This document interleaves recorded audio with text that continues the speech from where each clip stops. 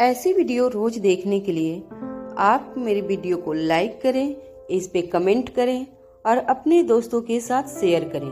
और हाँ, अगर आप इस चैनल पे नए हैं तो इसे सब्सक्राइब करना ना भूलें। जब अनिका उस लॉकर के अंदर गई तब उसे एहसास हुआ कि कोई मामूली लॉकर रूम नहीं था, बल्कि एक बहुत बड़ी लाइब्रेरी थी।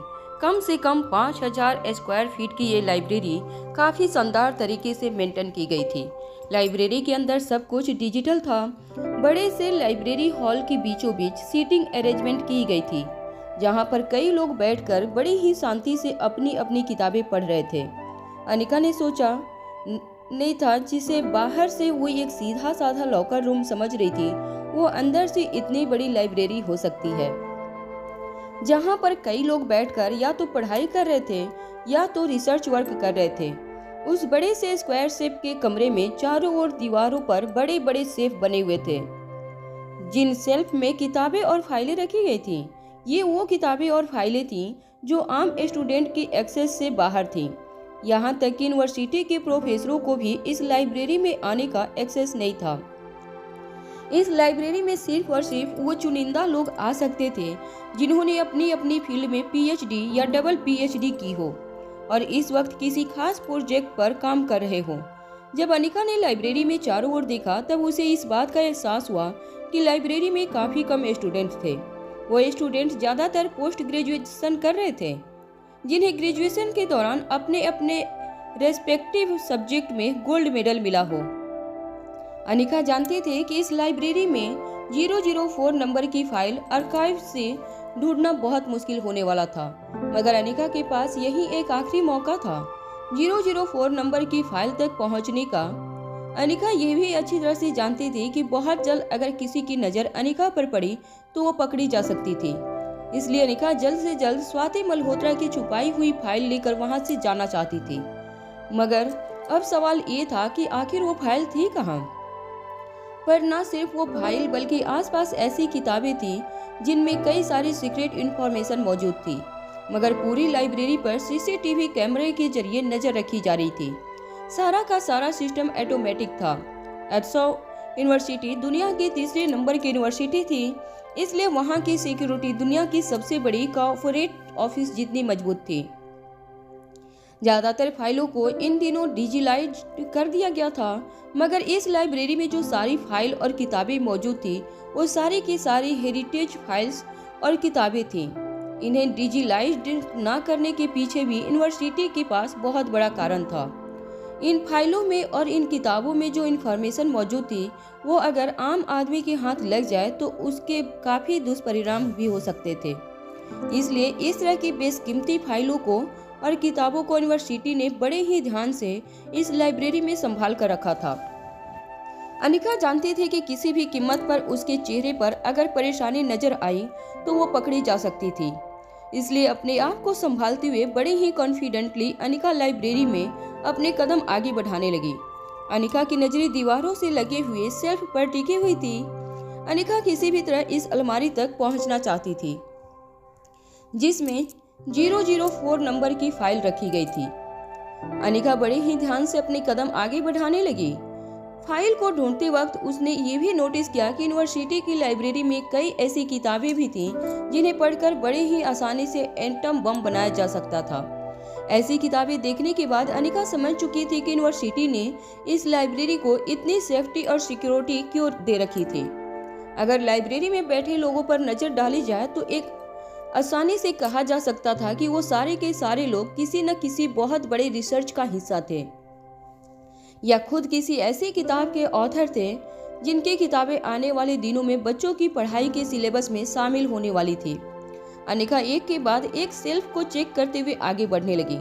तभी अचानक एक 24-25 साल का लड़का अनिका के सामने आकर खड़ा हो गया। उस लड़के ने बड़े ही धीमे और सॉफ्ट आवाज में अनिका से पूछा, मैंने आपको यहाँ इससे पहले कभी देखा नहीं है, क्या आपके पास यहाँ पर आने का एक्सेस है? अनिका अच्छी तरह से जानती थी कि झूठ बोलने का कोई फायदा नहीं था। उसके पास जो आईडी कार्ड था वो उसका नहीं था और यह बात तो आसानी से पता लगाई जा सकती थी। अनिका ये भी जानती थी कि अगर वो पकड़ी गई तो फिर उसके खिलाफ सख्त सिक्योरिटी मेजर उठाए जा सकते थे। जिसकी वजह से अनिका को लीगल प्रोसिक्यूशन का सामना करना पड़ सकता था। और अगर ऐसा हुआ तो अनिका की प्लानिंग पूरी तरह से मिट्टी में मिल सकती थी। अनिका के दुश्मन भी अलर्ट हो सकते थे। अनिका के सामने खड़े लड़के ने अनिका से फिर से पूछा, मैं आपसे फिर से पूछ रहा हूँ कि आपके पास इस लाइब्रेरी में आने का एक्सेस है? क्या आप जानती भी हैं आप इस वक्त कहाँ खड़ी हैं? अगर आप गलती से इस लाइब्रेरी में आ गई हैं तो अभी बता दीजिए मुझे। अनिका ने उस लड़के की बात से क्लू लेते हुए उसकी बात का जवाब देते हुए कहा, हाँ तुमने बिल्कुल सही कहा। मेरे ख्याल से मैं गलती से अंदर आ गई हूँ। तभी मैं सोच रही थी ये जगह मेरे लिए इतनी नई क्यों लग रही है। अनिका का जवाब सुनते ही उस लड़के के चेहरे के एक्सप्रेशंस पूरी तरह से बदल गए। उस लड़के ने अपने दोनों हाथ जेब में डालकर अनिका की ओर देखकर सख्त आवाज में कहा, अब तो मुझे यकीन हो गया है कि आप जानबूझकर अंदर आई हैं, क्योंकि यहाँ आने के लिए एक्स चाहिए होता है। बिना एक्सेस तो आप इस लाइब्रेरी के अंदर आ ही नहीं सकती। मुझे बताइए फिर आप अंदर आई कैसे? वो लड़का इस बात को लेकर श्योर था कि अनिका के पास इस लाइब्रेरी का एक्सेस नहीं था, क्योंकि इस लाइब्रेरी में काफी कम लोगों को एक्सेस दिया गया था और ज्यादातर जिन लोगों के पास ये एक्सेस था वो लोग एक दूसरे को अच्छी तरह से जानते थे। ऐसा भी नहीं था कि यूनिवर्सिटी में आए दिन इस लाइब्रेरी का एक्सेस किसी को ग्रांट किया जाता था, और अगर ऐसा होता भी था तो ये बात पूरी कैंपस में आग की तरह फैल जाती थी। उस लड़के को अनिका पर शक हो चुका था। उस लड़के ने अनिका से कहा, माफ कीजिएगा मिस, मुझे लगता है कि मुझे सिक्योरिटी गार्ड को बुलाना ही होगा। मुझे आप पर शक हो रहा है। आप शायद यहाँ किसी गलत इंटेंशन से आई हैं।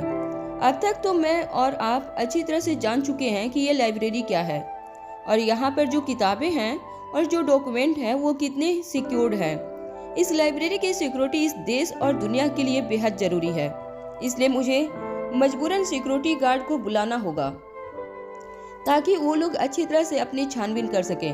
वो लड़का अनिका को धमकी नहीं दे रहा था, बल्कि वो लड़का एक काफी नॉलेजेबल स्टूडेंट था और एक जिम्मेदार नागरिक था। अपनी मॉरल ड्यूटी निभाते हुए वो लड़का सिक्योरिटी गार्ड द्वारा अनिका की छानबीन करवाना चाहता था, और अगर कोई गड़बड़ी पाई गई तो वो अनिका को पुलिस के हवाले कर देना चाहता था। अनिका ने उस लड़के की आंखों में पढ़ लिया था कि वो लड़का अब इतनी आसानी से मानने वाला नहीं था। जब अनिका ये सोच रही थी कि वो किस तरह इस मुश्किल से बाहर निकले, तब अचानक से उसके कानों पर एक आवाज पड़ी। अनिका ने ठीक पीछे खड़े राहुल ने उस लड़के से कहा, ये लड़की मेरी फैन है और मुझसे मिलने के लिए इतना बड़ा रिस्क लेकर यहाँ पर पहुंची है। जब अनिका ने हैरान होकर पीछे मुड़कर देखा तो black shoes, black trouser, black coat पहना राहुल च्युइंगम चबाते हुए मुस्कुराकर उसकी तरफ देख रहा था। अनिका ने जब राहुल की आंखों में आंखें डालकर देखा तब फिर से अनिका को आंखें काफी जानी पहचानी लगी। जब अनिका ने राहुल का चेहरा गौर से देखा तो अनिका को एहसास हुआ कि पिछली बार से राहुल का चेहरा थोड़ा और ज्यादा साफ दिखाई देने लगा था। राहुल ने इस बार मेकअप भी थोड़ा सा कम किया था। राहुल के चेहरे को देखकर ऐसा लग रहा था जैसे उसके चेहरे की दिन ब दिन रिकवरी हो रही थी। अनिका अच्छी तरह से जानती थी कि उसके सामने जो आदमी खड़ा था वो रोहित नहीं था, मगर फिर भी अनिका को उस आदमी की तरफ एक अजीब सा खिंचाव हो रहा था। अनिका राहुल की हरकतों से और राहुल के बात करने के तरीके से नफरत करती थी, मगर अनिका समझ नहीं पा रही थी कि बार बार वो मुसीबत के वक्त राहुल से क्यों टकरा रही थी। अनिका के सामने जो खड़ा था उसने अब अपनी आवाज जरा सी ऊंची करते हुए राहुल से कहा, देखो राहुल, हमने तुम्हें स्पेशल परमिशन इस लाइब्रेरी में आधे घंटे के लिए शूटिंग करने की परमिशन दी थी। तुमसे यह भी कहा गया था कि इस लाइब्रेरी में आने के बाद यहाँ के किसी भी डॉक्यूमेंट्स या किसी भी किताब को छूना नहीं है। हमने बहुत रिस्क लेकर तुम्हें ये परमिशन दी थी, मगर अब देखो तुम्हारी वजह से क्या हो गया है। ये तुम्हारी फैन लाइब्रेरी के अंदर घुस आई हैं, और वो भी उस जगह पर जहाँ किसी को भी आने का एक्सेस नहीं दिया जाता। तुम्हारी फैन पता नहीं किस तरीके से लाइब्रेरी के अंदर घुस आई। क्या तुम्हें पता है कि ये यूनिवर्सिटी की सिक्योरिटी के लिए कितना बड़ा थ्रेट हो सकता है? राहुल ने मुस्कुराते हुए अपने दोनों हाथ हवा में लहराते हुए कहा, कम ऑन यार, थोड़े तो सेंसिटिव हो जाओ। तुम जानते हो कि मैं कितना बड़ा स्टार हूँ और लड़कियां मेरे पीछे दीवानी बनी घूमती हैं। अब तुम भी देख लो, मेरी एक दीवानी तो ठीक तुम्हारे सामने खड़ी है। अनिका को अब राहुल की बात बिल्कुल अच्छी नहीं लग रही थी, मगर उसके पास और कोई रास्ता नहीं था। उस लड़के ने राहुल की ओर गुस्से से देखा और कहा, नहीं राहुल, मगर इस बार मैं ये बिल्कुल बर्दाश्त नहीं कर सकता। मुझे अभी के अभी सिक्योरिटी गार्ड को बुलाना होगा और इस लड़की को उनके हवाले करना होगा। इससे पहले कि वो लड़का किसी को बुला पाता, राहुल ने उस लड़के का हाथ पकड़ते हुए कहा, अरे यार कम ऑन, समझा करो बात को। तुम तो यार इतने सीरियस हो गए जैसे कि इस लाइब्रेरी में एटम बम बनाने का फॉर्मूला छुपा हुआ है। राहुल की बात सुनने के बाद वो लड़का बड़े ही शांति से राहुल को देखता रहा। राहुल उस लड़के को देखकर समझ गया था कि उसने जो बात कही थी वो शायद सच थी, इसलिए अपनी बात पलटते हुए राहुल ने कहा, अच्छा ठीक है, अब गुस्सा मत करो यार, हम सब एक ही उम्र के हैं और तुम तो जानते हो कि इस उम्र में अगर प्यार हो जाए तो उसे कंट्रोल कर पाना कितना मुश्किल होता है। अब इस लड़की को ही देख लो, मुझसे प्यार कर बैठी और देखो कितना बड़ा रिस्क ले लिया। मगर तुम फिक्र मत करो, मैं अभी इसे समझाकर यहाँ से बाहर भेज देता हूँ। ये कहते हुए राहुल सीधे अनिका का हाथ पकड़कर उसे लाइब्रेरी से बाहर ले जाने लगा। जैसे ही राहुल ने अनिका का हाथ पकड़ा, अनिका को यह एहसास हुआ कि ये स्पर्श उसने पहले भी कभी महसूस किया था। राहुल के हाथ पकड़ने का तरीका बिल्कुल रोहित जैसा था। राहुल के हाथ के स्पर्श का एहसास भी बिल्कुल रोहित जैसा था। जब अनिका ने राहुल के हाथ को गौर से देखा, तब उसने नोटिस किया कि राहुल के हाथ पर जलने के निशान थे। अनिका एक डॉक्टर थी। अनिका अच्छी तरह से जानती थी कि राहुल के हाथों पर जो जलने के निशान थे वो एक हफ्ते से थोड़े पहले के थे। रोहित के साथ जो हादसा हुआ था वो ठीक एक हफ्ते पहले हुआ था, इसलिए अनिका ने अंदाजा लगा लिया था कि उसके साथ जो आदमी खड़ा था वो रोहित मारवा नहीं था। राहुल अनिका का हाथ पकड़कर उसे सीधे लाइब्रेरी के बाहर ले गया। जैसे ही वो दोनों दरवाजे से बाहर निकले, अनिका ने अपना हाथ झटकते हुए राहुल से पूछा, क्या हुआ, तुम मेरी मदद करने के लिए क्यों चले आए? मैंने तो तुमसे मदद मांगी नहीं। च्युइंगम चबा रहे राहुल ने मुस्कुराते हुए अनिका की इस बात का जवाब देते हुए कहा, अरे भाई, खूबसूरत लड़कियों को मदद करना मुझे बहुत अच्छा लगता है, चाहे वो मेरी अपनी भाभी क्यों न हो। राहुल के चेहरे के अजीब एक्सप्रेशन देखकर अनिका को घिन हो रही थी। भले ही राहुल की आंखें बिल्कुल रोहित जैसी थी, मगर वो रोहित नहीं था। इससे पहले कि अनिका राहुल के साथ और कोई बात कर पाती, राहुल अनिका के पास आया और अनिका की गालों को चूमने लगा, अपना चेहरा आगे करने लगा। जब अनिका को इस बात का एहसास हुआ, अनिका ने राहुल को जोर से धकेलते हुए ठीक राहुल के दोनों टांगों के बीच में एक जोर से लात दे मारी। अनिका की लात में इतनी ताकत थी कि राहुल कम से कम 5 फीट दूर जा गिरा। अपनी जगह पर खड़े होते हुए राहुल फटी हुई आंखों से अनिका को देखने लगा। अनिका ने राहुल की ओर गुस्से से देखते हुए कहा, ये डिस्टेंस भी तुम्हें याद रखना चाहिए और ये रिश्ता भी। अगली बार इस तरह की कोई हरकत करने की कोशिश की तो मैं भूल जाऊंगी कि मैं तुम्हारी भाभी हूँ। अनिका की लात की वजह से राहुल घुटनों के बल जोर से जमीन पर बैठ गया था। राहुल को काफी दर्द महसूस हो रहा था, मगर फिर भी उसके चेहरे पर मुस्कान थी। राहुल का ये एटीट्यूड देखकर अनिका का गुस्सा बढ़ता ही जा रहा था। अनिका ने इस बार चुटकी बजाते हुए राहुल को वार्निंग देते हुए कहा, देखो, अगर अगली बार तुमने ऐसा करने की कोशिश की तो तुम सोच भी नहीं सकती कि मैं तुम्हारा क्या हाल करूंगी। राहुल को एक स्ट्रिक्ट वार्निंग देकर अनिका तेजी से वहां से चली गई। अनिका के जाने के बाद राहुल अपनी जगह से खड़ा हुआ और अनिका को देखते हुए मन ही मन कहने लगा, गुस्सा तो हमेशा नाक पर बैठा रहता है तुम्हारे, मगर कैसे समझाऊं तुम्हें कि इसी गुस्से की वजह से तो तुम और भी ज्यादा खूबसूरत लगने लगती हो। यूनिवर्सिटी से निकलकर अनिका सीधे घर पहुंची। जब वो अपने ड्राइंग रूम में बैठकर तीनों बच्चों के साथ बात कर रही थी, तब अचानक अनिका के घर के दरवाजे पर किसी ने नॉक किया। अनिका ने जब दरवाजा खोला तो वो ये देखकर हैरान हो गई कि सुकेश वहां हाथ में एक छोटा सा डब्बा लेकर खड़ा था। सुकेश ने बड़ी ही धीमी आवाज में बड़ी रिस्पेक्टफुली अनिका को देखकर कहा, क्या मैं अंदर आ सकता हूँ? अनिका अपनी जगह से हटकर सुकेश को अंदर आने के लिए इशारा करने लगी। अंदर आते ही सुकेश तीनों बच्चों की ओर देखकर अपना बॉक्स खोला और डाइनिंग रूम के बीचों बीच पड़े एक डाइनिंग टेबल पर बॉक्स को रख दिया। सुकेश अपने साथ एक केक लाया था। तीनों बच्चे जब सुकेश का लाया हुआ केक खाने लगे, तब सुकेश ने अनिका की ओर देखकर कहा, आपने जो हमारी मदद की उसके लिए बहुत बहुत शुक्रिया। अनिका सुकेश की बात सुनकर हैरान हो गई।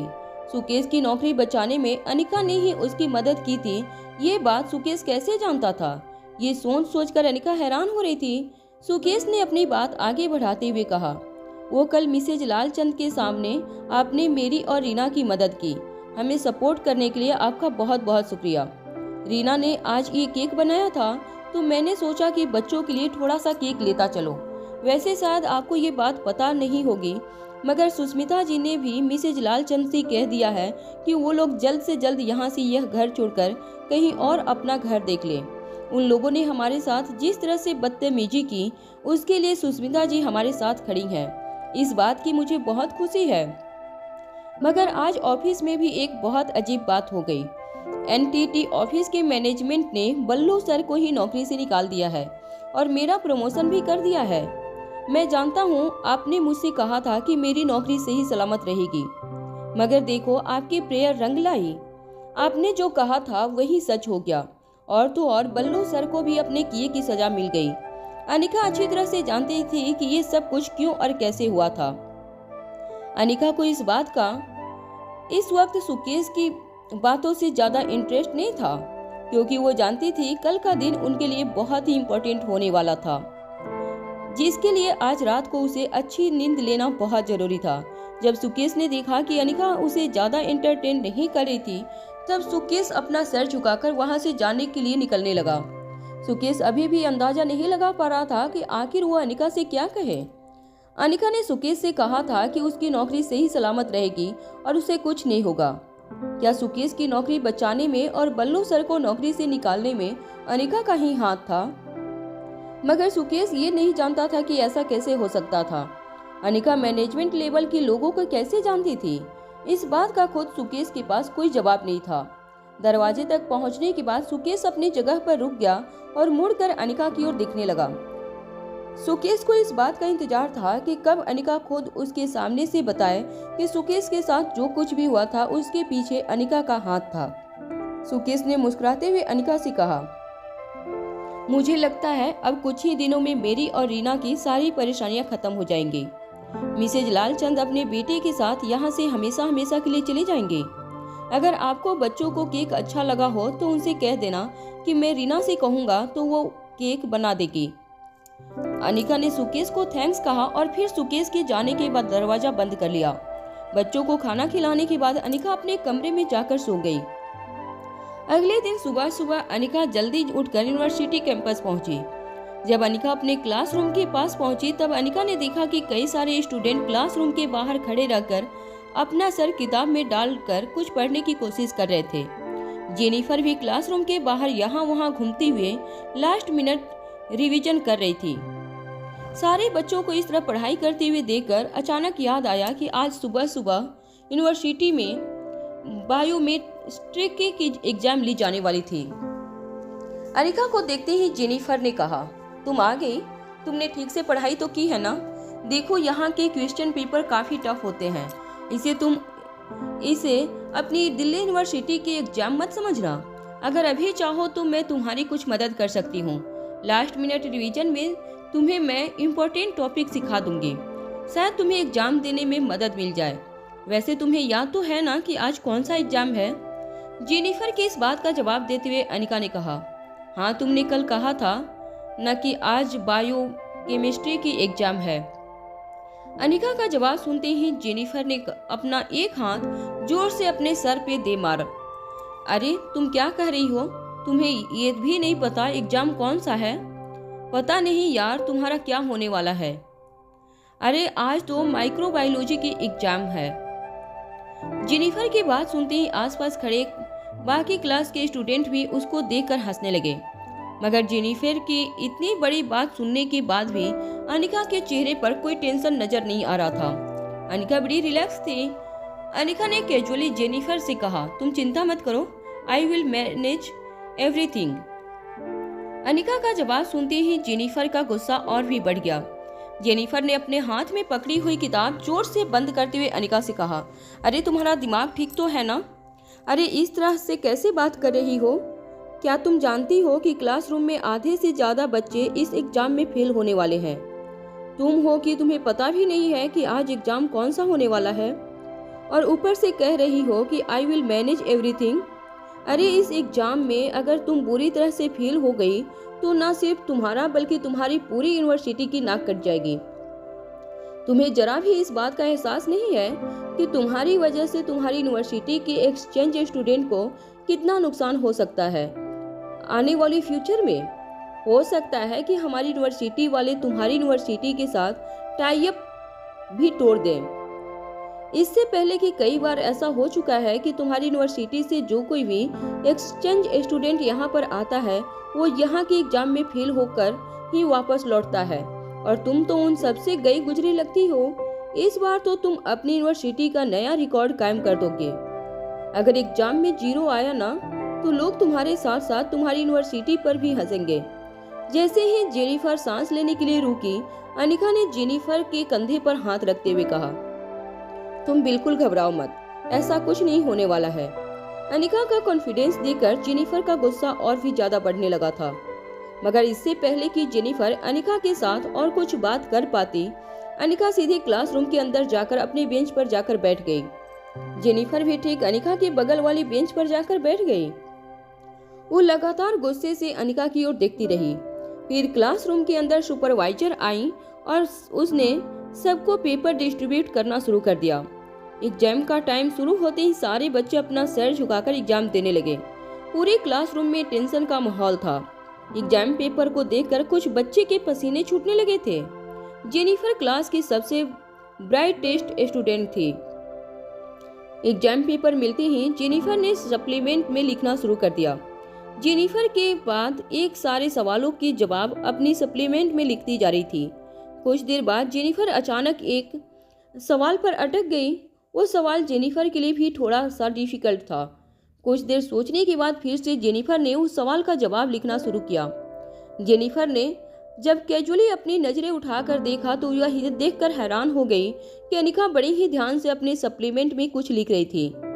जेनिफर ने एक्सपेक्ट नहीं किया था कि अनिका इतने मुश्किल सवालों को अटेम्प्ट भी कर पाएगी।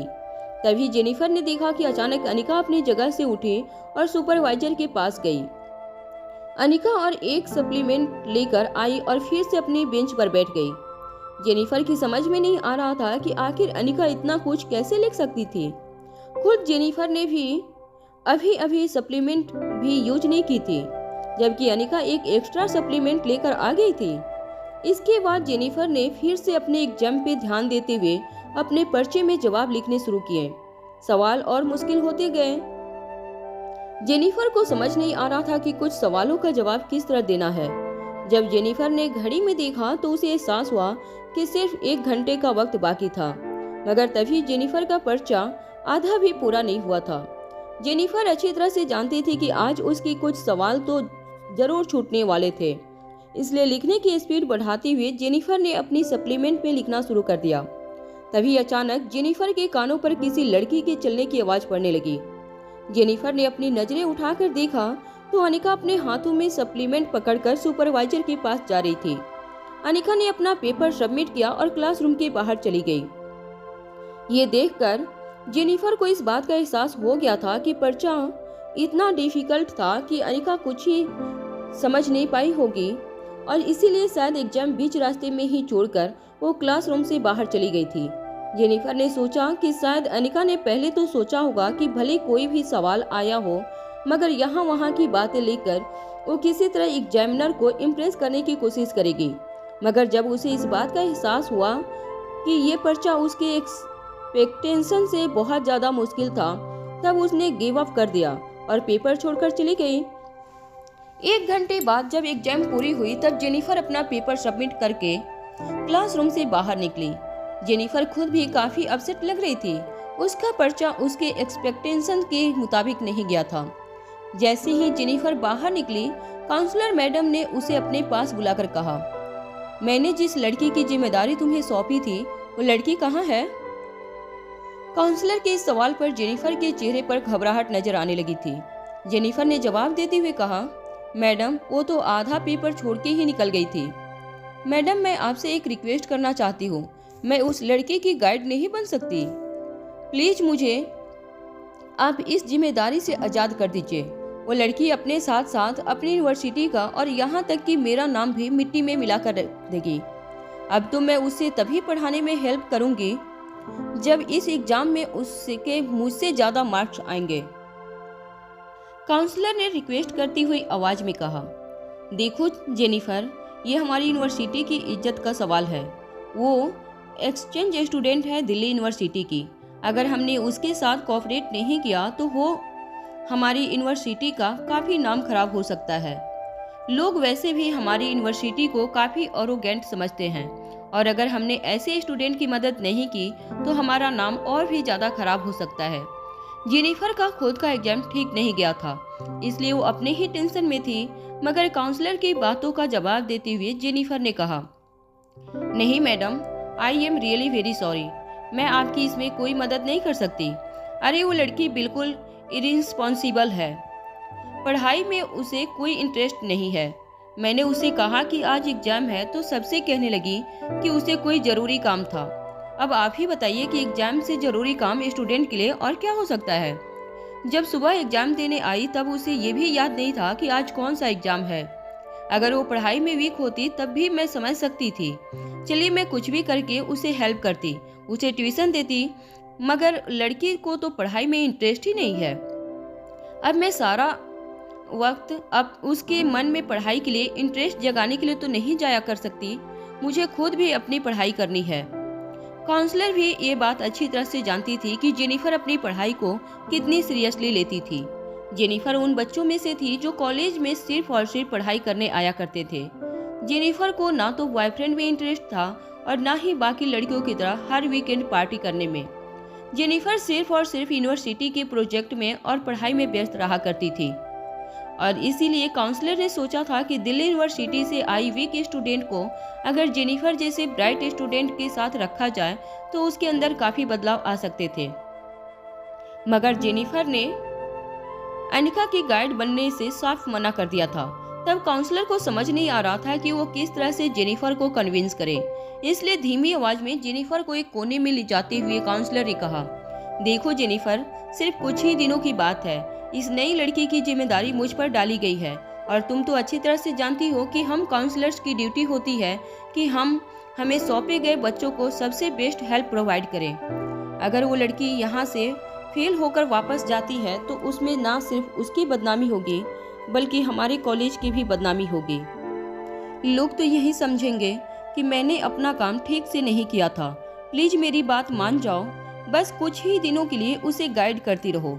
मगर जेनिफर के चेहरे से साफ पता चल रहा था कि जेनिफर किसी भी कीमत में मानने वाली नहीं थी। जेनिफर ने काउंसलर की ओर देखकर कहा, देखिए, मैं उसकी मदद करने के लिए तैयार हूँ, मगर मेरी भी एक शर्त है। मैं उसकी गाइड तभी बनूंगी जब उसे इस एग्जाम में मुझसे ज़्यादा मार्क्स आएंगे। ये कहते हुए जेनिफर वहाँ से चली गई। काउंसलर हैरान होकर जाती हुई जेनिफर को देखती रही। काउंसलर अच्छी तरह से जानती थी कि जेनिफर ने जो शर्त रखी थी वो कभी पूरी नहीं हो सकती थी। जेनिफर यूनिवर्सिटी की सबसे ब्राइटेस्ट स्टूडेंट में से एक थी और दिल्ली यूनिवर्सिटी के आई हुई एक्सचेंज स्टूडेंट शायद इस कैंपस की सबसे ज़्यादा वीक स्टूडेंट थी। तभी काउंसलर के दिमाग में एक तरकीब सूझी। काउंसलर अच्छी तरह से जानती थी कि आज का पेपर प्रोफेसर विल्सन ने सेट किया था। वो तेजी से सीधे प्रोफेसर विल्सन के केबिन में गई और प्रोफेसर विल्सन से कहने लगी, प्रोफेसर, क्या आप मुझे बता सकते हैं कि दिल्ली यूनिवर्सिटी से जो लड़की एक्सचेंज स्टूडेंट बनकर हमारी यूनिवर्सिटी में आई है उसे आज के एग्जाम में क्या ग्रेड मिला है? प्रोफेसर विल्सन, जो अभी अभी आकर अपने केबिन में बैठे थे, वो काउंसलर का ये सवाल सुनकर हैरान हो गए। उन्होंने मुस्कुराते हुए काउंसलर की ओर देखा और पूछा, क्या हुआ? इतनी भी जल्दी क्या है? अभी अभी तो एग्जाम फिनिश हुए हैं, अभी तक तो सप्लीमेंट्स भी मेरे पास नहीं आए। तुम्हें मार्क्स की इतनी क्या जल्दी पड़ी है? काउंसलर समझ नहीं पा रही थी कि वो इस सवाल का क्या जवाब देती, इसलिए अपनी बात बदलते हुए काउंसलर ने प्रोफेसर विल्सन से कहा, नहीं, एक्चुअली वो फॉरेन स्टूडेंट है ना, इसलिए मुझे जानना था कि उसके क्या ग्रेड आए हैं ताकि मैं वो स्टूडेंट की इवैल्यूएशन रिपोर्ट बना सकूं। काउंसलर ने जिस तरह से यह बात कही थी, प्रोफेसर विल्सन को कुछ शक तो जरूर हुआ। प्रोफेसर विल्सन ने काउंसलर से कहा, देखो, अगर वो कोई जीनियस लड़की है तो प्लीज मुझे बताओ। फिलहाल मैं जो प्रोजेक्ट कर रहा हूँ उसमें मुझे 2 असिस्टेंट की ज़रूरत है। अगर वो सचमुच इतनी ब्रिलियंट है तो मुझे बताओ, मैं उसे अपने प्रोजेक्ट में असिस्टेंट बना लूँगा। मगर उसके बाद मेरा प्रोजेक्ट पूरा होने तक उसे यही रुकना होगा। मेरा प्रोजेक्ट बायोमेडिकल से रिलेटेड है, उसके लिए उसे कई सारे रिसर्च करने होंगे। मैं उसे स्पेशल लाइब्रेरी में जाने का एक्सेस भी दिलवा दूंगा, मगर जब तक ये प्रोजेक्ट पूरा नहीं हो जाता वो वापस अपनी यूनिवर्सिटी नहीं जा सकती। प्रोफेसर विल्सन की बात सुनते ही काउंसलर के चेहरे पर मुस्कान आ गई। काउंसलर ने अपनी बात आगे बढ़ाते हुए कहा, अरे प्रोफेसर, अगर आप ऐसा करेंगे तब तो बहुत अच्छा हो जाएगा। एक फॉरेन स्टूडेंट को अगर आप इस तरह के प्रोजेक्ट में इन्वॉल्व करेंगे तो हमारी यूनिवर्सिटी का भी काफ़ी नाम हो जाएगा। अब सर, बाकी यूनिवर्सिटीज हमारी यूनिवर्सिटी को काफ़ी अरोगेंट समझती आ रही है और आपके प्रोजेक्ट्स तो काफ़ी रिप्यूटेड होते हैं। अगर वो लड़की आपके प्रोजेक्ट में असिस्ट करने के बाद अपनी यूनिवर्सिटी ज्वाइन करेगी तो ये उसके लिए लाइफ चेंजिंग अपॉर्चुनिटी हो सकती है। अपनी तारीफ सुनकर प्रोफेसर के चेहरे पर मुस्कुराहट आ गई। प्रोफेसर विल्सन ने काउंसलर को आगे बोलने से रोकते हुए कहा, हाँ, मगर ये सब तभी हो सकता है जब सचमुच वो लड़की इस काबिल हो। प्रोफेसर की ये बात होते ही काउंसलर के चेहरे की रंग उड़ गए। वो निराश होकर अपनी गर्दन झुकाकर वहीं खड़ी रहीं। उन्हें समझ नहीं आ रहा था कि वो प्रोफेसर को किस तरह से कन्विंस करें। अटकती हुई आवाज में काउंसलर ने प्रोफेसर से कहा, देखिए प्रोफेसर, सच कहूँ तो वो लड़की ज़्यादा ब्राइट स्टूडेंट नहीं है, मगर आई एम श्योर आपके साथ रहकर वो काफ़ी बदल जाएगी। और हमारी यूनिवर्सिटी के इस प्रोग्राम का भी तो यही मकसद है, अंडर प्रिविलेज यूनिवर्सिटी से आए हुए बच्चों को सही रास्ता दिखाना। आपसे अगर वो लड़की कुछ सीखकर अपनी यूनिवर्सिटी में जाएगी तो फिर उसकी यूनिवर्सिटी हमेशा हमेशा के लिए आपकी और हमारी यूनिवर्सिटी की कर्जदार बन जाएगी। काउंसलर की बात सुनने के बाद प्रोफेसर विल्सन का चेहरा देखकर ऐसा लग रहा था जैसे अब उसे उस स्टूडेंट में कोई इंटरेस्ट नहीं रहा था। प्रोफेसर विल्सन अपना सर झुकाकर रजिस्टर में कुछ लिखने लगे। वो पन्ने घुमाते हुए काउंसलर से कहने लगे, देखिए, मैं तुम्हारी इसमें कोई मदद नहीं कर सकता। इस वक्त मैं जो बायोमेडिसिन का प्रोजेक्ट कर रहा हूँ वो काफ़ी खास प्रोजेक्ट है जिसमें मुझे जेनिफर जैसे ब्राइट स्टूडेंट की ज़रूरत है। मैं इस प्रोजेक्ट में किसी बोझ को अपने सर पर लाद कर नहीं घूमना चाहता हूँ। ये प्रोजेक्ट मेरे कैरियर के लिए और यूनिवर्सिटी के एंगल से देखा जाए तो काफ़ी महत्वपूर्ण है। काउंसलर अच्छी तरह से जान चुकी थी कि अब प्रोफेसर विल्सन को समझाने का कोई फायदा नहीं था। वो जब निराश होकर अपने केबिन से बाहर जाने लगी तब अचानक प्रोफेसर विल्सन ने अपने चश्मे उतारते हुए काउंसलर को रोक कर कहा, अरे सुनो, एक रास्ता हो सकता है। प्रोफेसर की बात सुनते ही काउंसलर अपनी जगह पर रुक गई और मुड़कर फिर से प्रोफेसर को देखने लगी। प्रोफेसर ने कुछ देर अपने मन ही मन कुछ सोचने के बाद काउंसलर से कहा, जरा मुझे बताओ, ये लड़की किस यूनिवर्सिटी से आई है? काउंसलर ने इस बात का तुरंत जवाब देते हुए कहा, दिल्ली यूनिवर्सिटी से आई है ये लड़की। कुछ देर अपने मन ही मन कुछ सोचने के बाद प्रोफेसर विल्सन ने कहा, तो एक काम करो ना, तुम प्रोफेसर मनोज को पास जाओ, वो भी तो एक बहुत बड़ा प्रोजेक्ट करने वाला है। उसी के प्रोजेक्ट में इसे असिस्टेंट लगवा दो। दोनों एक ही देश से हैं तो फिर मनोज इस केस में जरूर तुम्हारी मदद करेगा। काउंसलर अच्छी तरह से जानती थी कि प्रोफेसर मनोज 20 साल पहले अष्टा यूनिवर्सिटी के प्रोफेसर थे, जिसके बाद वो अपने देश चले गए थे।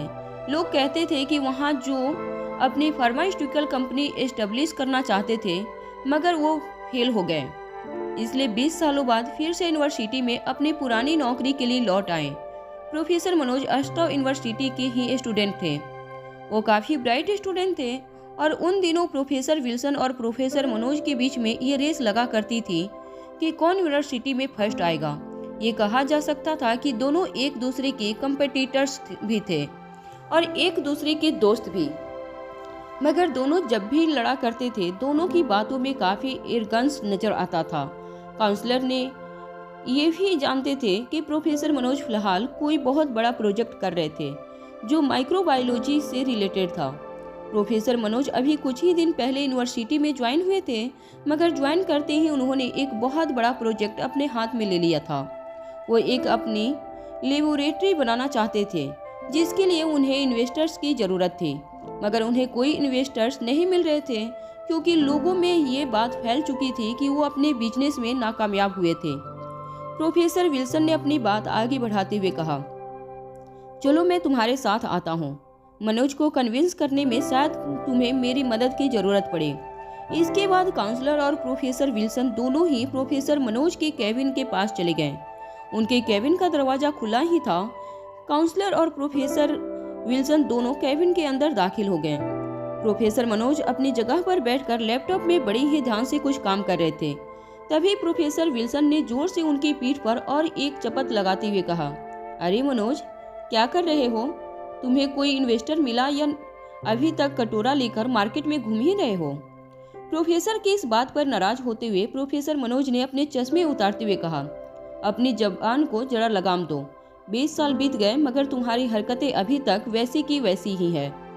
प्रोफेसर मनोज की ये बात सुनते ही प्रोफेसर विल्सन जोर जोर से हंसने लगे और प्रोफेसर मनोज की बात का जवाब देते हुए कहने लगे, और 20 साल तक बीत गए मगर तुम्हारी हालत भी अभी की भी वैसी की वैसी ही है। चलो इन सब बातों को छोड़ो, मैं यहाँ तुम्हारी कुछ मदद करने आया हूँ।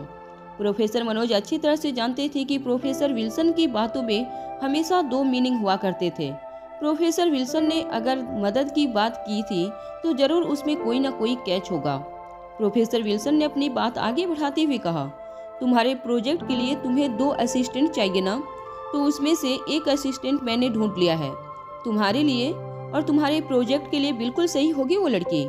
प्रोफेसर विल्सन की बात सुनकर प्रोफेसर मनोज भी बड़ी ही सीरियसली उनकी बात सुनने लगे। अपनी बात आगे बढ़ाते हुए प्रोफेसर विल्सन ने कहा, और ये तुम्हें जानकर बहुत खुशी होगी कि वो लड़की तुम्हारी ही देश की एक यूनिवर्सिटी के स्टूडेंट है। तुम्हारे स्वभाव को, तुम्हारे कामकाज करने के तरीकों को अच्छी तरह से जान सकेगी, समझ सकेगी।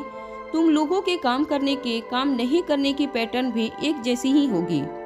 प्रोफेसर मनोज अच्छी तरह से जानते थे कि विल्सन जो भी बातें कर रहे थे उसमें जरूर कोई न कोई सार स्कैम था। इसलिए पलटकर जवाब देते हुए उन्होंने कहा, अरे भाई, अगर वो लड़की इतनी अच्छी है तो तुम उसे अपने प्रोजेक्ट में अपनी असिस्टेंट क्यों नहीं बना लेते? इस बात का जवाब देते हुए प्रोफेसर ने कहा, अरे भाई, मैंने सोचा कि 20 साल बाद मेरा दोस्त वापस आया है तो उसकी कुछ मदद कर ली जाए, और फिर तुम्हारे देश की है तो मुझे लगा कि तुमसे बात करनी चाहिए। वैसे काउंसलर मैडम का क्या नाम बताया आपने उसकी यूनिवर्सिटी का? काउंसलर ने उस बात का जवाब देते हुए कहा, दिल्ली यूनिवर्सिटी से आई है वो लड़की। प्रोफेसर मनोज अब काफी ध्यान से काउंसलर को देखने लगे। प्रोफेसर विल्सन ने काउंसलर से पूछा, और क्या नाम बताया था तुमने उस लड़की का? अनिका ने प्रीति के नाम से आईडी कार्ड बनवाया था और 100 यूनिवर्सिटी का एक्सचेंज स्टूडेंट बनने के लिए।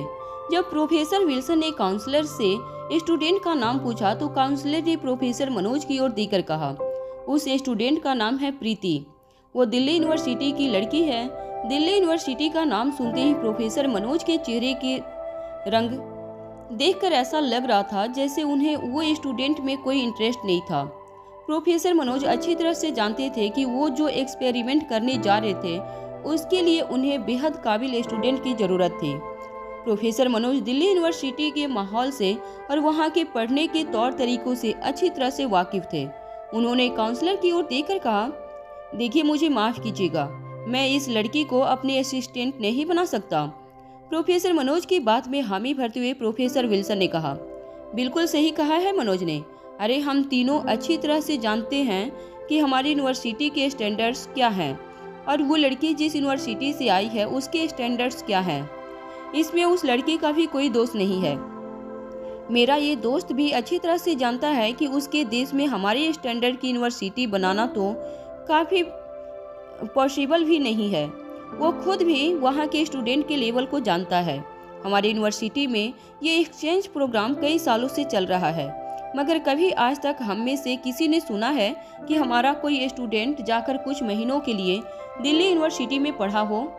जो बात यहाँ के बच्चे भी जानते हैं वो हम प्रोफेसर्स तो अच्छी तरह से जानते ही हैं कि उस यूनिवर्सिटी के स्टूडेंट में वो क्षमता ही नहीं है कि वो हमारे स्टैंडर्ड को मैच कर पाए। इसलिए मेरा दोस्त खुद उस देश का होने के बावजूद अपने ही देश के स्टूडेंट को रिजेक्ट कर रहा है। प्रोफेसर मनोज के लिए अब प्रोफेसर विल्सन की ये बात बर्दाश्त के बाहर हो गई थी। अपनी जगह से खड़े होते हुए प्रोफेसर मनोज ने उससे कहा, देखो तुम बात कहाँ की कहाँ ले जा रहे हो। मेरे कहने का मतलब वो बिल्कुल नहीं था। मैं उस लड़की को सिर्फ इसलिए नहीं लेना चाहता क्योंकि अभी वो इस प्रोजेक्ट के लायक नहीं है। इसमें देश को कहाँ से जोड़ दिया तुमने बीच में। हमारे देश में जो है वो तुम्हारे देश में 100 सालों तक भी कभी नहीं आ सकता। वो है इंसान का इंसान के प्रति प्यार। और मेरे देश की बात करने से पहले जरा अपने गिरबान में जाकर देख लो। तुम तो कभी ये नहीं कह सकते कि तुम्हारा कोई एक देश है। तुम्हारी पैदाइश अमेरिका की है, तुम्हारी माँ ब्राजील से है और तुम्हारे पापा फ्रेंच, और अब तुम आकर यहाँ नौकरी कर रहे हो। देश की भावना क्या होती है, पेट्रियटिज्म क्या होता है, ये तुम नहीं जान सकते। जब प्रोफेसर मनोज ने ये कड़वी बातें कही तो विल्सन ने शांत करते हुए कहा, अरे भाई शांत हो जाओ, शांत हो जाओ। तुम तो मुझ पर पर्सनल अटैक करने लगे। इससे पहले कि बात आगे बढ़ती, प्रोफेसर मनोज ने अपनी घड़ी में वक्त देखा और काउंसलर की ओर देखकर कहने लगे, माफ कीजिएगा, अभी मुझे बाहर जाना होगा। दरअसल मेरी एक इन्वेस्टर के साथ मीटिंग है, मेरा जाना बहुत जरूरी है। ये कहने के बाद प्रोफेसर मनोज सीधे ही अपनी केबिन से बाहर निकल गए। काउंसलर ने प्रोफेसर विल्सन को रिक्वेस्ट करते हुए कहा, देखिए प्रोफेसर, प्लीज आप समझने की कोशिश कीजिए। मैं इस पूरे एक्सचेंज प्रोग्राम के इंचार्ज हूँ।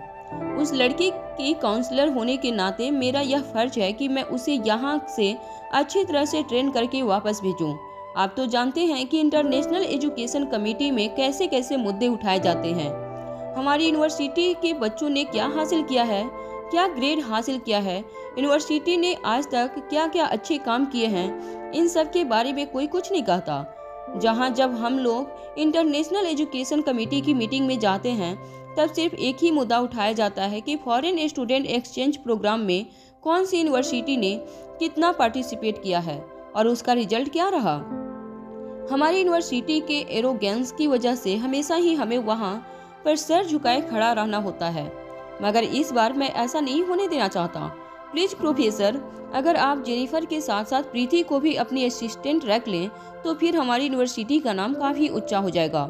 काउंसलर की ये बात सुनने के बाद बड़े ही एटीट्यूड में प्रोफेसर विल्सन ने कहा, देखो जो भी नाम है इस लड़की का, मुझे नहीं लगता कि ये लड़की इस यूनिवर्सिटी में एक दिन गुजारने के लिए भी तैयार है। मैं अच्छी तरह से जानता हूँ दिल्ली यूनिवर्सिटी के बच्चों को, ये लोग हमारी यूनिवर्सिटी के स्टैंडर्ड के नहीं हैं। इससे पहले भी जब एग्जाम में दिल्ली यूनिवर्सिटी के बच्चे बैठे हैं तो ज़्यादा से ज़्यादा उन्हें सी ग्रेड मिला है। अब सोचो, जो वहाँ के टॉपर स्टूडेंट होते हैं वो यहाँ पर आके ज़्यादा से ज़्यादा सी ग्रेड ही ला पाते हैं। ये लड़की सी ग्रेड से तो क्या ही ज़्यादा ग्रेड लेकर आएगी। और इस बार का पेपर तो काफ़ी टफ सेट हुआ है। मुझे नहीं लगता कि ये लड़की एक ग्रेड के ऊपर कोई ग्रेड ला पाएगी। प्रोफेसर मनोज, जो अपनी केबिन में अपनी कोई चीज भूल गए थे, वो अपने दरवाजे पर खड़े रहकर सब कुछ सुन रहे थे। प्रोफेसर विल्सन का एटीट्यूड और उनका ईगो देखकर प्रोफेसर मनोज ने कहा, शर्म आती है मुझे ये कहने में कि कभी तुम मेरे दोस्त हुआ करते थे। तुम किसी भी काबिलियत को किसी के देश के साथ जोड़कर कैसे देख सकते हो। चलो, तुम्हारे घमंड तोड़ने के लिए मैं भी अब तुम्हें एक शर्त लगाता हूँ। तुमने कहा है कि उस लड़की को कोई एक ग्रेड मिलेगी। अगर तुम्हारी बात सच हुई तो मैं तुम्हारी बात मान लूंगा और अपना सर झुका लूंगा, लेकिन अगर वो लड़की ई से ऊपर का कोई भी ग्रेड ला पाती है तो फिर ये मैं तय करूंगा कि वो लड़की के प्रोजेक्ट में रहेगी। प्रोफेसर विल्सन को यकीन था कि उन्होंने जो पेपर सेट किया था वो काफ़ी टफ था और दिल्ली यूनिवर्सिटी की लड़की का उस एग्जाम में अच्छा स्कोर लाना बेहद मुश्किल था। प्रोफेसर विल्सन ने प्रोफेसर मनोज की चैलेंज को एक्सेप्ट करते हुए कहा, ठीक है, चलो हम दोनों मिलकर पेपर चेक करते हैं उस लड़की का, ताकि तुम भी अपने आंखों से देख लो कि तुम्हें जिस पर इतना यकीन है वो तुम्हारे इतने भरोसे के लायक है भी या नहीं। इस बात का जवाब देते हुए मनोज ने कहा, मैंने तुमसे कहा ना कि मेरी एक इन्वेस्टर के साथ मीटिंग है। मैं अपने कार की चाबी यहाँ भूल गया था, वही लेने आया था। तुम पेपर चेक करो, मार्क्स मुझे बता देना। ये कहते हुए प्रोफेसर मनोज फिर से अपनी कार की चाबी लेने अपनी केबिन से बाहर निकल गया। प्रोफेसर विल्सन काउंसलर के साथ फिर से अपनी केबिन में चले गए।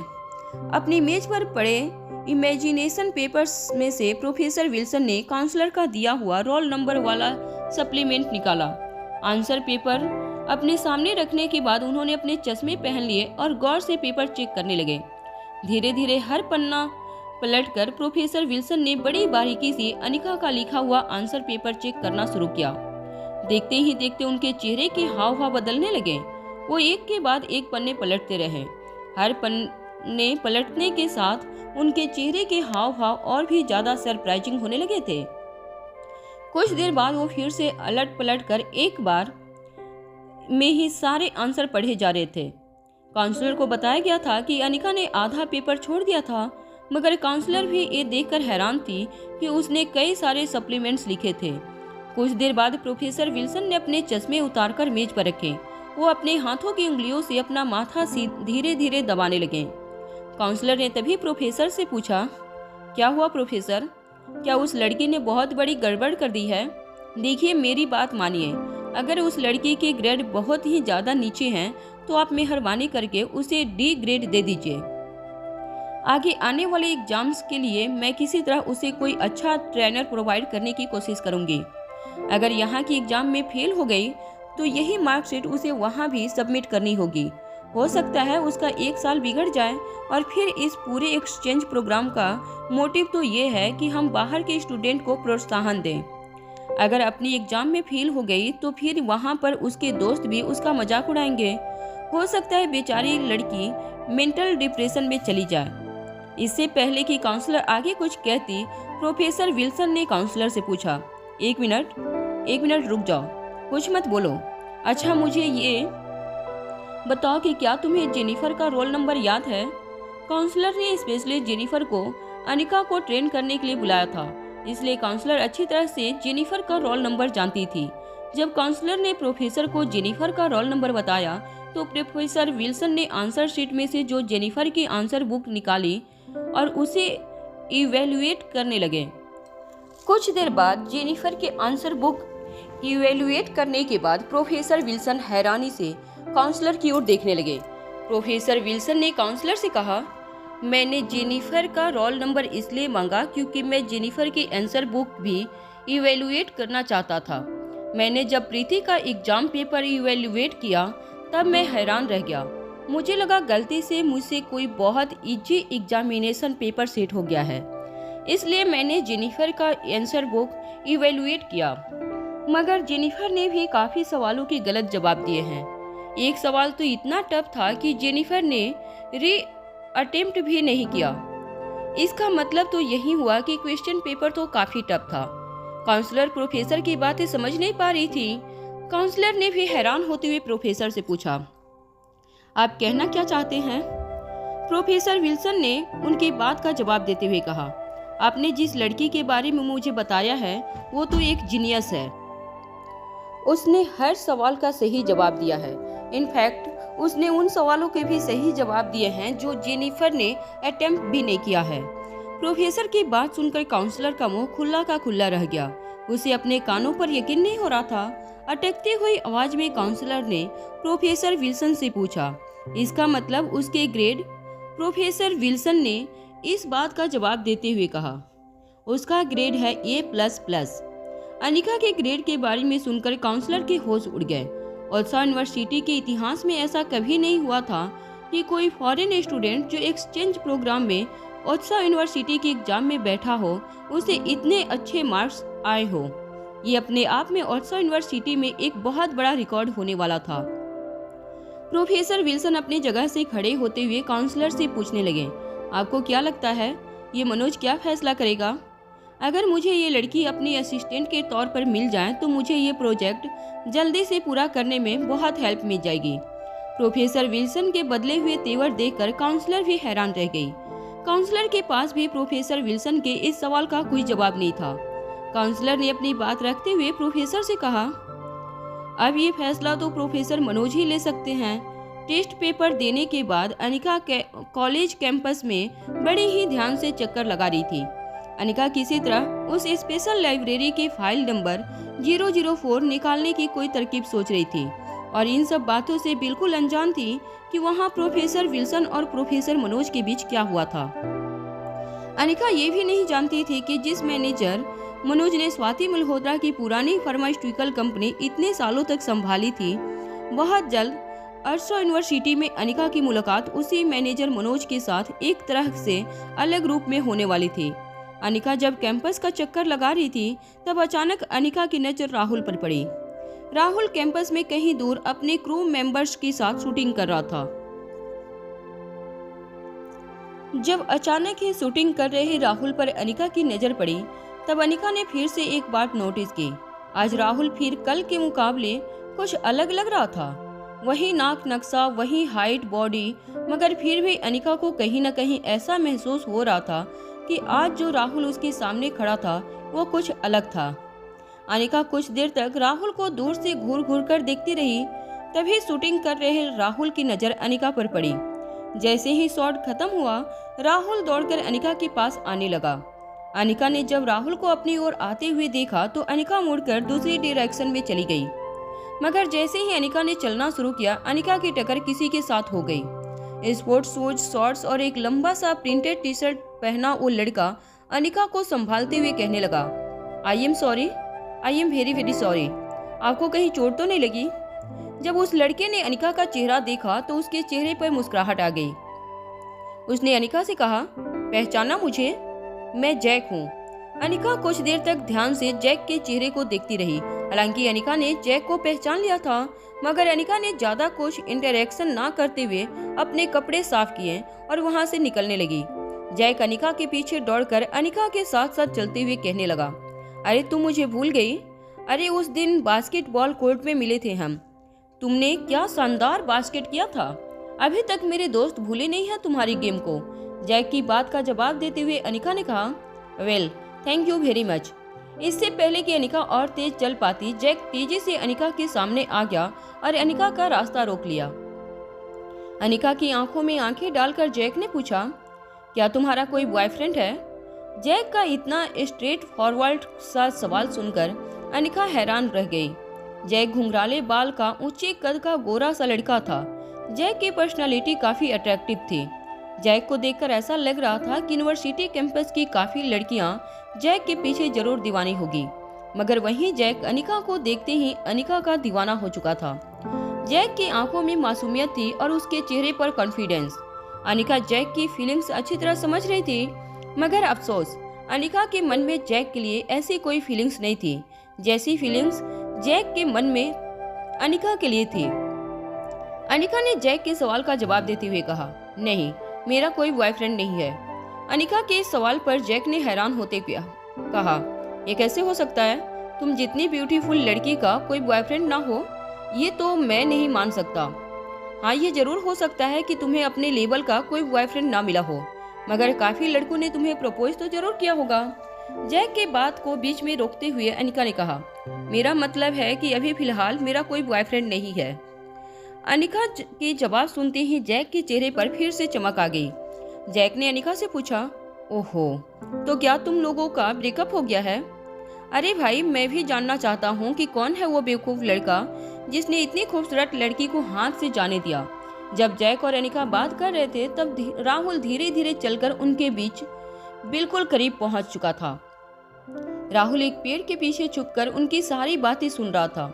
अनिका ने अपना सर झुकाते हुए जैक की बातों का जवाब देते हुए कहा, वो अब इस दुनिया में नहीं है। अनिका का जवाब सुनते ही जैक के चेहरे का रंग पूरी तरह से बदल गया। जैक ने अपना एक हाथ माथे पर रखकर अनिका से पूछा, I am really sorry, very very sorry. मैं कभी सोच भी नहीं सकता था कि तुम्हारे ब्रेकअप का ये कारण हो सकता है। मुझे सचमुच बड़ा अफसोस हुआ ये खबर सुनकर। क्या मैं जान सकता हूँ कि इतनी कम उम्र में क्या हुआ था उसके साथ?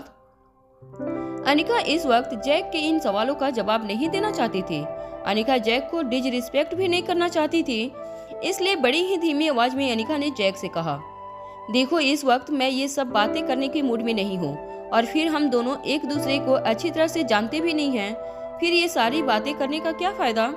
ये कहने के बाद अनिका जब वहाँ से आगे जाने लगी तब जैक ने फिर से उसका रास्ता रोकते हुए कहा, तुम्हारी एक बात तो बिल्कुल सच है, हम दोनों एक दूसरे को अच्छी तरह से जानते नहीं हैं, तो क्या ख्याल है एक दूसरे को अच्छी तरह से जान लिया जाए? मैं समझ सकता हूँ कि तुम पर क्या बीत रही होगी, मगर बीती बातों की वजह से अगर तुम अपनी जिंदगी में हर नए आने वाले का रास्ता रोक कर रखो तो ये हमारे साथ नाइंसाफी होगी। इससे पहले कि अनिका जैक के इस बात का कोई जवाब दे पाती, अचानक ही पेड़ के पीछे से राहुल ने बाहर आकर जैक से कहा, क्या परेशानी है तुम्हें? क्यों परेशान कर रहे हो इस लड़की को? राहुल को इस तरह देखकर जैक चौंक गया। जैक जानता था कि राहुल एक बहुत बड़ा सेलिब्रिटी था, मगर राहुल ने जिस तरह गुस्से से जैक के साथ बात की थी वो देखकर जैक को समझ नहीं आ रहा था कि आखिर राहुल उसके साथ इस तरह से क्यों बात कर रहा था। अनिका को राहुल की बातों में फिर से अजीब सा एरोगेंस नजर आने लगा। ये एरोगेंस ठीक उसी दिन जैसा था जैसा एरोगेंस राहुल ने अनिका के घर पर आकर दिखाया था। अनिका समझ नहीं पा रही थी कि हर 2 दिन में राहुल की पर्सनालिटी में इस तरह से चेंज क्यों आ रहे थे। राहुल बड़े ही गुस्से से जैक की ओर देखे जा रहा था। इससे पहले कि राहुल जैक को और कुछ कहता है, अनिका ने जैक के सामने आते हुए कहा, देखो ये मेरा दोस्त है, तुम्हें बीच में बोलने की कोई जरूरत नहीं है, तुम मुझसे दूर ही रहो तो अच्छा है। अनिका के इस बात का जवाब देते हुए राहुल ने कहा, अरे ऐसे कैसे दूर रहूं? तुम लीगली मेरी भाभी नहीं हुई तो क्या हुआ? मेरी होने वाली भाभी तो जरूर थी, इसलिए तुम्हारी सिक्योरिटी रखना मेरी जिम्मेदारी है। अनिका कुछ देर तक राहुल की आंखों को गौर से देखने लगी। अनिका राहुल के साथ अब ज्यादा आर्गुमेंट नहीं करना चाहती थी, इसलिए जैक और राहुल के बीच से रास्ता बनाते हुए अनिका आगे बढ़ने लगी। तभी अचानक जैक ने फिर से अनिका का पीछा किया और अनिका के साथ चलते चलते कहा, क्या मैं बस यही तुम्हारे साथ चल सकता हूँ? मैंने सुना है कि तुम इस यूनिवर्सिटी में नई आई हो और हमारी यूनिवर्सिटी का कैंपस काफी बड़ा है, मगर मैं इस कैंपस के कोने कोने से वाकिफ हूँ। अगर तुम कहो तो मैं तुम्हें यह कैंपस दिखा सकता हूँ। अनिका इस बार जैक का दिल नहीं तोड़ना चाहती थी, इसलिए अनिका ने जैक से कहा, ठीक है, you can come with me. जैसे ही पास खड़े राहुल ने ये बात सुनी, राहुल ने अनिका से ऊंची आवाज में पूछा, वैसे रिया, आर्यन और अलेक्जेंडर कैसे हैं? ये तीनों नाम सुनकर जैक अचानक ही कंफ्यूज हो गया।